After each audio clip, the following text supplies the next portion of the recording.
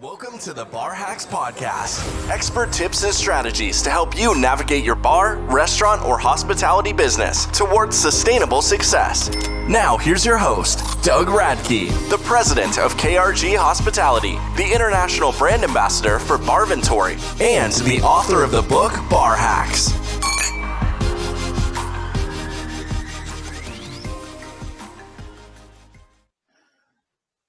Welcome to the Bar Hacks Podcast. My name is Doug Radke, and I have one exciting guest with me today, someone who lives and breathes the bar and restaurant marketing scene. My guest, Erik Shellenberger, brings years of experience being the CEO of Bar Marketing Basics, a results-driven agency where they create marketing campaigns in addition to web design, graphic design, talent buying, text message marketing, plus SEM and SEO solutions. How do they do all this, you ask? They do this by decoding human nature with a focus on reputation management and also staff motivation by teaching clients to be the show, not the commercial. I absolutely love that quote. Erik is also an engaging speaker, plus he writes for similar publications as myself, including Bar Biz Magazine, which, by the way, is an absolutely great resource. So if you don't subscribe to Bar Business Magazine, I would highly recommend doing so. And finally, Erik is also the author of 2 books, which I'm going to get him to talk about very shortly. Erik, it is a pleasure having you today. Thanks for having me. Appreciate it. No problem. So tell us a little bit about yourself and your 2 books of bar and restaurant marketing, both of which I have on my bookshelf right now as we speak. That's awesome. So, yeah, I more or less kind of did every sort of avenue of getting my word out there and trying to connect with bar owners and restaurant owners and get in front of people.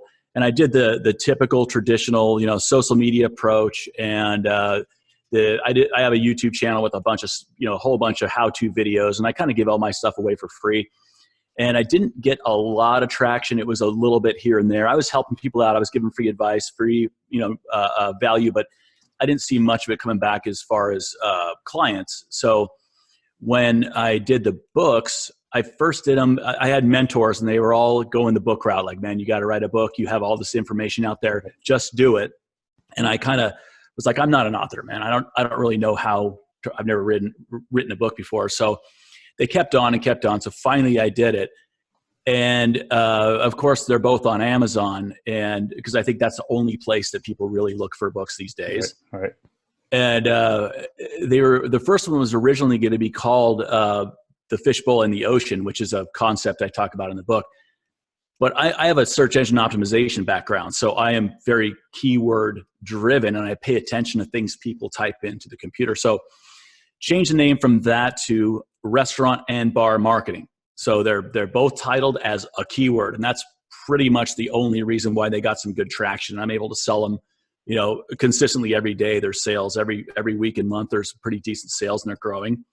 Perfect. And I got some really good client feedback from there, and it turns out people do read books, and more importantly, it turns out that they listen to books on tape.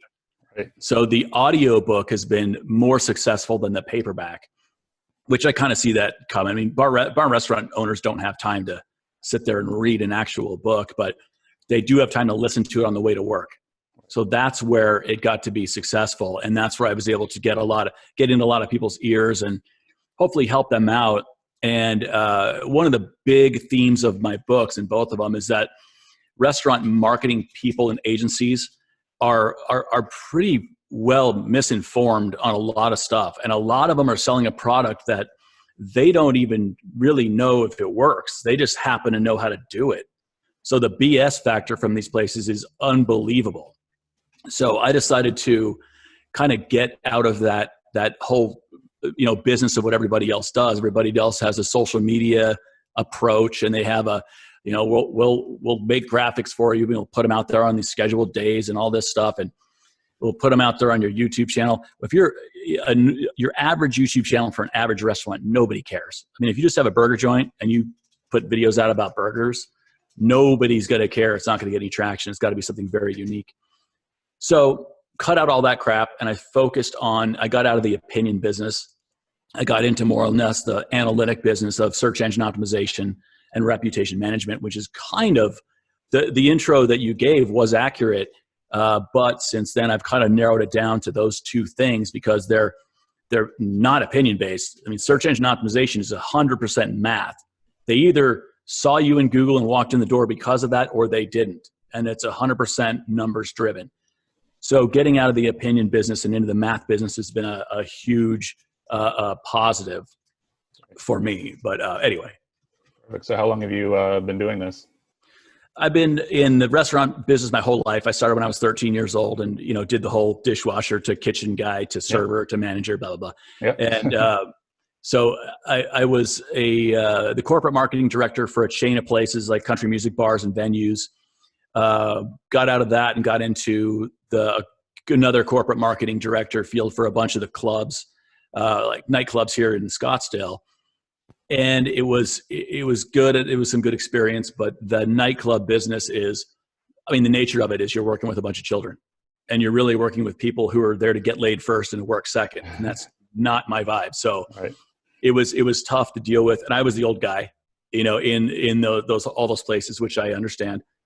And so I kind of got out of that, created, and my bar marketing basics has been going for a long time. It's kind of been a side gig. And 2.5 years ago, I made it my main gig. I quit my job and went into this full time, which was the best decision I ever made. So it's been wildly successful after I, got into it and was able to make my own call on everything. And it's really taken off since then. Fantastic. So with all the changes that have transpired over the last, few weeks, month, have you had to make any pivot moves yourself or for your business?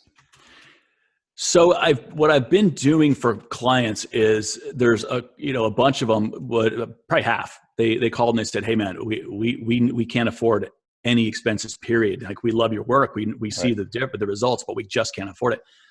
So with the search engine optimization field, without getting too technically nerdy, there's basically a software sync that syncs their Google presence to my software.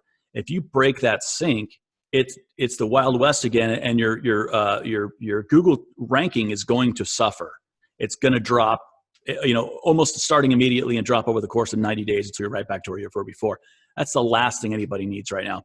So I've told my clients, I'm going to keep it a little bit, then make a buck. And so far it's been pretty successful. I haven't, and I've gotten about 6 clients that had to close their doors for good already, which is rough. Yeah. So, I think the people that, the businesses that were barely hanging on they're not going to make it, unfortunately. Yeah. So as far as the pivoting question goes, one of the main tools people still use in the pandemic is Google. Other than the third-party delivery sites, that's number one. People really don't have the option of driving by, walking by, getting a suggestion from a coworker at an office. That's out the window. So all they're doing is on their phone, on their computer, and Googling where to go get takeout or delivery. So it's as important right now as it's ever been. Absolutely. Yeah. I think they're saying right now it's about, 5 to 10% are likely going to, close permanently. Those are similar numbers here in Canada, and I know down in the US as well. And as this continues to go on, I think that's going to grow to 15, 20, 25% closures. I just read an article that John Taffer wrote. It was on BarBiz magazine. Matter of fact, I think yesterday he is estimating 30 to 40% closures. Right. I think that's a little high. Yeah. And I hope that's a little high, but I think that's being a little pessimistic, but it's really, really affecting businesses and I hope, everybody makes it through it. Yeah, for sure. Like obviously we're not the only ones, going through change. The bar and restaurant industry is going through plenty of change. I don't think that's a secret, obviously, to anyone anymore. Yeah. The one thing I'm looking to, I guess, uncover with this podcast, especially with the first, few episodes, is what's happening in different areas. While we're, quote, all in this together, I think, we're seeing some different tactics used in different parts of, Canada and the US as well. So like marketing aside, what do you currently seeing or hearing from maybe bar operators in your area? I think is genius is he's in a position where he can do this. Not everybody's going to be, but what he's doing is selling gift cards during the pandemic, and 100% of the proceeds from the gift cards are going to the employees. Perfect. So he's actually paying his employees, and they're not even allowed to work. which I think is a very noble thing to do. And he's going to have a very loyal staff after that. If everybody comes back and everything, goes back to normal one day, they're going to really appreciate that. And I think they're going to remember that. And he's going to be the good guy going forward. The places that sell traditional gift cards, and of course they just do it the way everybody else does. A lot of them are doing the same, the holiday, Christmas time. It's always a buy $100, get 120 right. gift Yeah, cards. for sure. Yeah. A lot of people have been doing that. And I just talked to a couple yesterday and said, I like the gift card push, but is it working? Are you guys actually selling them? And is it successful? And they all said more or less, yeah, it is working. We're selling them enough to where we're going to recoup that, that business once we return to normal. Obviously, doubling down on every third-party delivery site I think it's a given. So if you're on every one of those you can possibly be on, then you're going to, that's more or less all you can do. Some of the things I've seen that are very clever are the online kind of cocktail how-tos. So they'll put a cocktail together, and then they'll sell you the ingredients of how you can do it yourself. Yeah, cocktail kits, definitely. Right, which it's cool, but at the same time, me as a consumer, I'm thinking, okay, would I pay? Normally you walk into a bar that really nice craft cocktail's $20, whatever. Right. And would I buy it for $10 when I could buy the ingredients for a fraction of that and make it myself at home? I don't know. So I don't know if that is going to be successful or if that's more or less a branding thing to get in front of people. I'm not sure. Sure. So you're in Arizona, correct? Yep. Like what are some of the bigger challenges that you're seeing restaurants and bars facing? Obviously there's the cash flow and stuff like that, but is there anything that's sticking out in your area? Well, not really, because it's a little bit more lax here. So with here, they can still stay open for takeout delivery, right? And they can still do the bare minimum, and they can get by that way.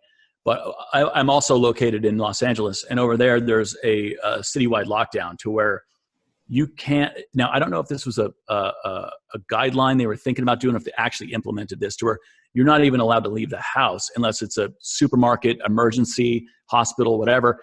And if you go somewhere as a customer, like you go to buy something, you have to be masked up. So does the employees. Everybody has to wear a mask 100% of the time you're out. And it's insane over there. There's almost no, I guess technically in LA County, they allow them to do takeout and delivery, but everybody's so scared to leave the house that there's no customers out there. Like nobody wants to do that. Wow. So they just stick to third-party delivery sites more or less. Yeah, it's similar, not as in depth here in Ontario and Toronto specifically. Like we have our quarantine, it's a mediocre kind of lockdown, if you will. Like we can go out there, we can go to the store, we can go to get takeout, so you don't have to wear a mask. But most of the businesses are closed here. It's only quote essential businesses, right? So there's some similarities there. A lot of the restaurants are pretty much doing like 60 to 70% third-party delivery, and the rest maybe if they have a drive-through, obviously that, and then pick up as well. But you're only allowed to have one customer basically in the door at one time. So wow, definitely challenging. Just grocery shopping this morning, and I had to line up outside, 6 feet from the person in front of me, right? So it's pretty crazy. So you don't have those specific restrictions in Arizona yet, or? Not well. They only allow like grocery stores to be at half capacity instead of full capacity. But really, okay. I mean, when have you been to a grocery store but it's at full capacity? I don't think in my life I've ever seen that. Yeah. So they have the lines out front and they have the social distancing marks on the pavement, but I've never seen it being implemented. It's there in case the hordes show up, but they so far haven't that I've seen. Right. So operators are obviously they need to start planning their next move or series of moves now, and obviously if you're scared of change, it's going to be really difficult for you to adapt and come out of this strong, in my opinion. Outside of marketing, obviously we're going to get into some more marketing in a bit. Like what are some of the big changes you see for the bar restaurant industry, quote, post-pandemic, that operators should really be starting to plan now? Do you have any thoughts on that? So that same article that I was talking about that I read from John Taffer, he was saying that he thinks it's going to be that the whole environment is going to change to more of an operating room environment with, a uniform, not, everyone in the kitchen, they just wear street clothes more or less, unless you're fine dining or visible. And he says it's going to be, masks, gloves, like a gown, like it's going to be just like a hospital environment. And he says he thinks that's going to go on for years or forever. I disagree. I know how kitchens work. I've worked in a million of them. I know how managers work.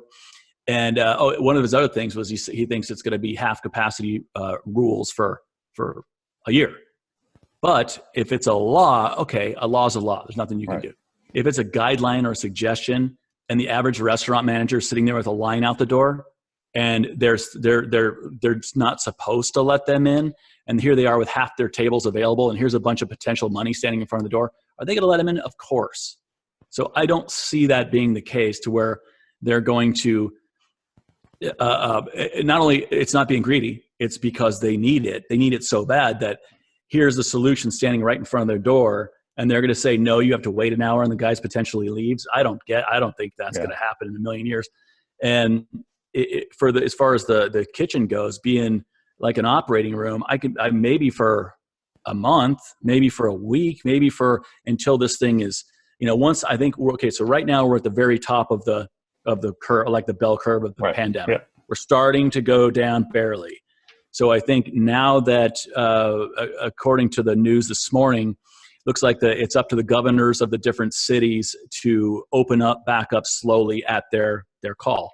So when they start doing that, I think we're gonna be cautious, of course, and there's gonna probably be some other cases that sprout up and little spikes here and there in it. But once the bars and restaurants are back to normal, that whole operating room deal, I see that. I mean, maybe a month, maybe a couple, but then once we're down to damn near nothing, like Wuhan is at right now. Right. I don't see it. I don't think the average kitchen staff is going to keep doing that for a year. It's just not realistic. And what about bar seating? One of the things that I've, looked at myself is potentially, especially like you said, the first few weeks or the first few months as things start to, come back to quote normal, do you think, spacing between seats, bar stools and stuff like that? Like one of the things we're recommending is, every other bar stool, at least to get going. What are your thoughts? I think it's a great idea. It's a great theory, but let's think about practice in bars. When, if it's happy hour, people are going to behave themselves. They're going to pay it. They're going to be conscious of that. And you get to be around midnight in a busy place. People, they're 5 drinks deep. They're not going to remember. They're not going to care. Right. They're not going to, it may cause issues. Sure. And it may be a problem, but I don't see people really caring as much after they've had a bunch of drinks. Not that it makes it right. It's just human nature. That's just how people are going to operate, I think. Yeah. So, it kind of ties into the next thought I was, thinking of discussing was, that consumer side. Are we going to see some changes in behavior and expectations from those consumers, from baby boomers versus millennials versus the centennials that are starting to become drinking age? Do you think those needs and wants are going to change? Like, how would you quote decode them? Well, the kind of the word that I'm seeing in the news is that the older the consumer, the more gun shy they're going to be from going back out. Right. And you get, people in their 40s and 50s, they're probably not going to do the same thing they did, at least not right now. Give it a couple months. Once it mellows out, sure. I think people that are, I don't know how many senior citizens are out in a bar until midnight, but if there are older people, they may not be coming back out for a year or so. Sure. I don't think that makes up a big, portion of the demographic that we work with, but there is there is those people that they're not going anywhere. Yeah, especially those casual dining, restaurants. I think they're going to have a little bit of a tougher go. I think the IHOP early bird special is going to take a hit. Exactly, for sure. So what about like the younger demographics? Do you think there will be some hesitation or some expectations in terms of what they want to see when they come into a bar post-pandemic? From all the talk I'm seeing on Facebook, and I think just to get it up on front, if you want to be scared to death about this pandemic, listen to the news and go on Facebook. It's all over. That's all they talk about is, the world's ending, and here's another problem. Here's another problem with the problem, and it's overwhelming. But the younger people that I've been kind of listening to the comments on Facebook, they cannot wait to get back out there. They're bored out of their mind. They're sitting in their house going nuts. So the first time they have an opportunity to get out there, they're going to be out there. And I think that depending on the area, of course, if it's New York City, okay, probably not so much. They're going to take it. If it's LA County, which per capita, they have one of the lowest infection rates out there. It sounds like a lot, but once you average that over 7 million people, it's nothing. Right. So I think in these kind of cities, they're going to get out there immediately. And I don't see them making that big of a deal about if people are social distancing and if they're in a place that's a happy hour and so every other seat's taken and they're 5 feet away from anybody, they're not going to care. And I think that's going to obviously get better as the months go on. Sure. So, from a marketing point of view now, I guess, maybe I'll break this into two sections. What can bars and restaurants do in terms of marketing? Because I personally think we are still a couple of months away from, getting to that on-premise venues being allowed to have guests, come inside. So how can they stay relevant during this time? How should they approach their marketing plans or their campaigns or their communication now? I think that the same thing that's always worked is going to work more than ever now is something that's clever, something that can potentially go viral. If you have something that's so clever, or most of the clever stuff is off the cuff, it's not really planned. But if you have a video that's that good, that's that either planned out or spontaneous, and something like that creates a buzz without forcing it. If people pick it up or run with it for you, that's what's up, and that's what the stuff that works. It's unfortunately a little bit easier said than done. Sure. But if you get something that's relevant to the pandemic and relevant to getting out of it, and if it's lighthearted and that kind of thing, then that's going to be a win every time. But the problem is, how do you implement that? How do you if it's spontaneous, okay, you can't exactly make a plan, right? Because that's the opposite of that. So, but the viral videos also, if it's a very good premise, it's a very good, if you want to plan it out, then those things are always going to not only put your name out in front of the people that are potential customers, but brand recognition for that is going to be huge. I've always liked that. Yeah, I just seen a video this morning, actually. I can't remember the bar or restaurant name right now, but basically they shot a video of their staff coming out, quote, practicing social distancing, and the server had a tray with some drinks and basically threw the drinks at the table and the glasses smashed and everything like that. And it's got thousands and thousands of hits already, right? So again, that's what I'm talking about. Exactly. Yeah, stuff like that and if you think about it, it's so, once you have a good idea, implementing it is so easy. All right. That stuff's amazing. I love it. So I guess the second part of that, what should operators maybe do or do differently post-pandemic once they are open? Should they be doing anything differently to get people aware that they're open, or what they're doing differently to help keep them safe, basically? Well, as far as like letting people know you're open again, Google right now, so people will know when you're back open. It's not something they're going to have to guess at. Right. So I love that Google did that, and it's an awesome feature. So that's like on the technical side. On the other side of letting people know you're open, I think the staff is all the staffs are kind of required to do social media marketing for the bar anyway. But if they're the ones putting, it's in their best interest. So right now more than ever, if they're the ones putting it out there saying we're back open again, telling their friends, that's going to get around. And I think that's going to work. Also, listen to your own voice as a consumer. Use common sense. And if like I said, I'm pretty pessimistic when it comes to restaurant marketing people. I can say that because I'm one of them. Right. And so if they have some crazy outlandish plan that doesn't sound right, use your gut is going to be right. If you as a consumer wouldn't use that, the next guy's not going to either. So think about it. As a consumer, what would I do? What would I use? What tools would I use on my phone? What would I use to see if a place is open? Most of the time, Google, Yelp, TripAdvisor. That's it. I mean, it's going to be those three, other than if you want to look up a restaurant on Facebook to see if they're open, see if they have a comment, great. But that's going to be going 10 steps further than you have to. Sure. So that's why I stick to those 3 platforms, is because that's where everybody who's looking for us as opposed to us looking for them, those are the 3 they use: Google, Yelp, TripAdvisor. Nice. Okay, so stepping further to that, I think you come to the table with plenty of tools and resources from that digital marketing side. Without giving away all of your strategies, what communication tools or online methods outside of those 3 are, let's say, your go-to resources that you think everyone maybe should have in their arsenal to have a successful marketing program? Communication between the bar and the customer. Yeah, basically, yeah. I'm probably one of the most pessimistic when it comes to social media out there.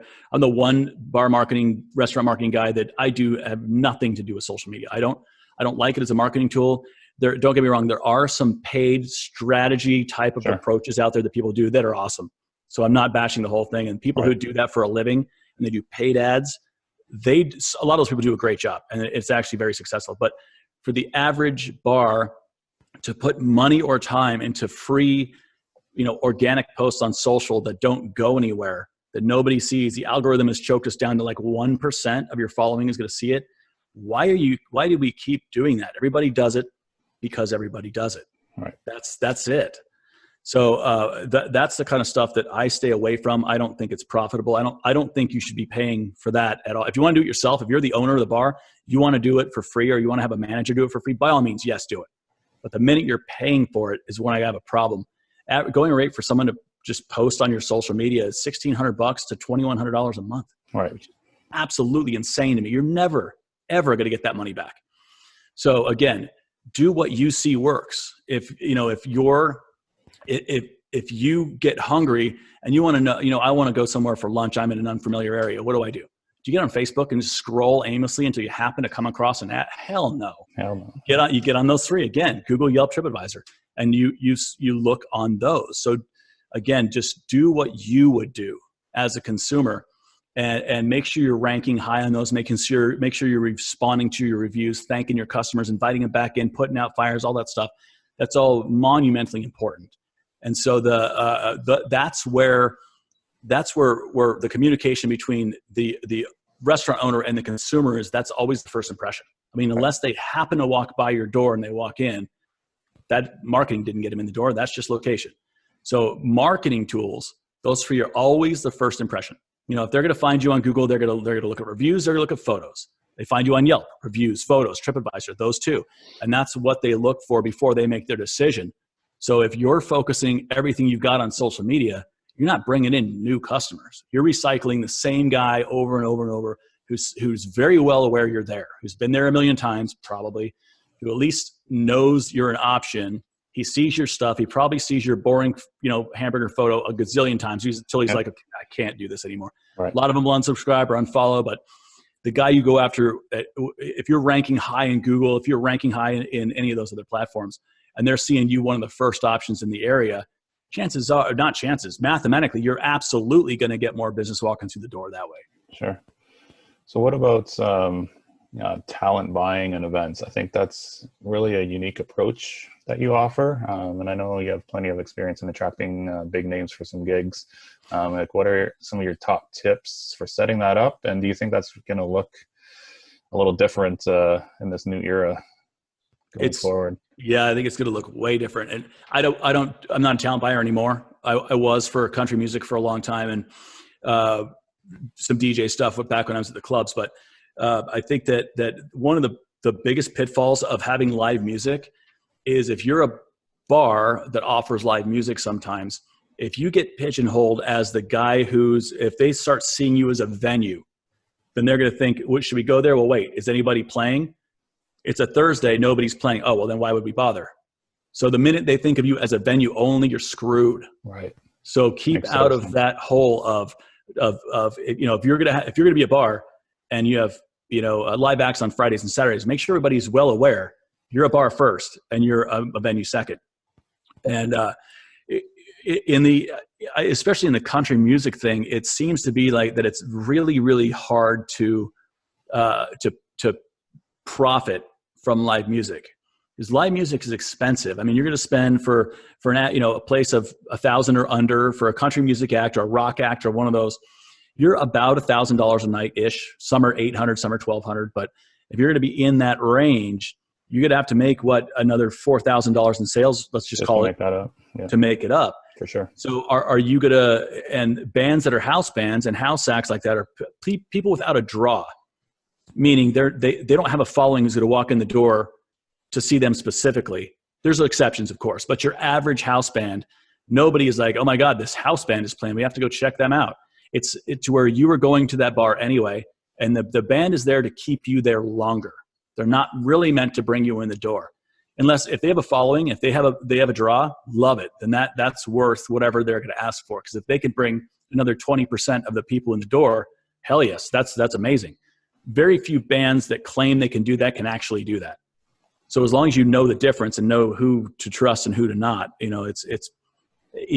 once you're in that business, you know, you get it. You can, and if you don't know, you ask the right people and they know. So assuming that there's no draw, we went from live music in one of the country places I was at to a DJ went from $1,200 to $150.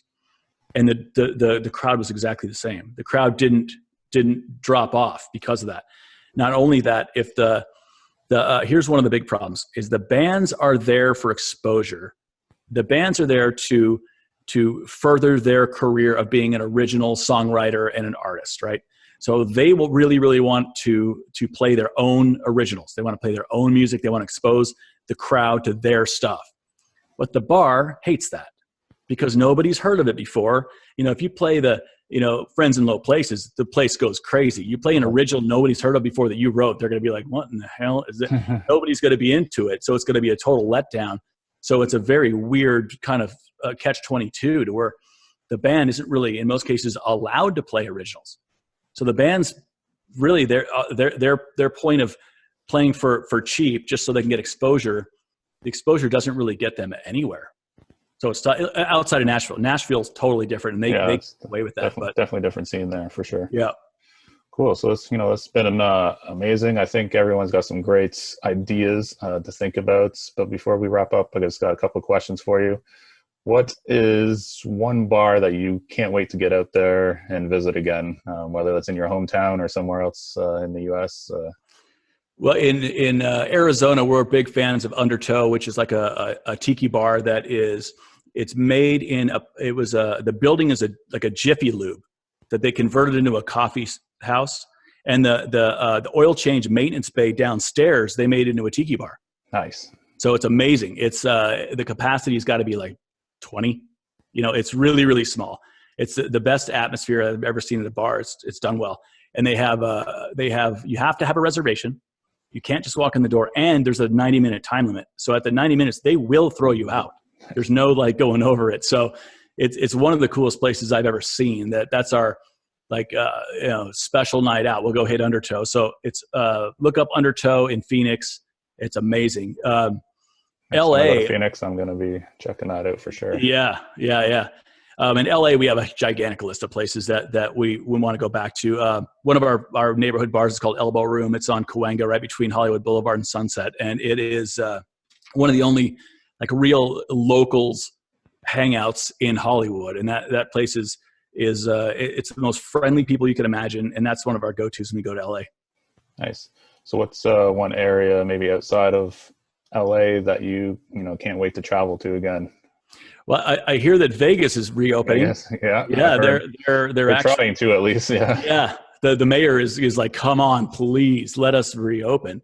I think Vegas is probably one of the sketchiest places to reopen. I mean, it has potentially one of the biggest outbreak environments you could have. People are packed in those places tight. And I mean, I don't know, but if they want to open, once it's safe, that's our go-to. I mean, if you live in Arizona, you vacation in San Diego, Rocky Point, Mexico, and Vegas. That's it. Everyone goes to those three places. So Vegas is going to be our next one.